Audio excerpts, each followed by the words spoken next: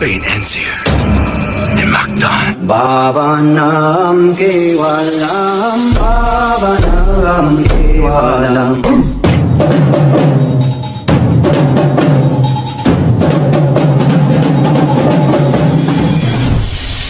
Ayon sa Pag-asa, pinakamalakas na bagyo hindi lang sa Pilipinas kundi sa buong mundo ngayong taon ang Super Typhoon Yolanda.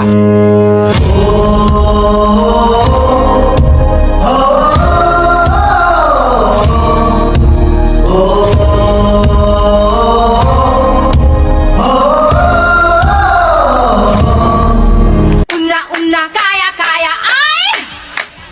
Una, kaya, ay!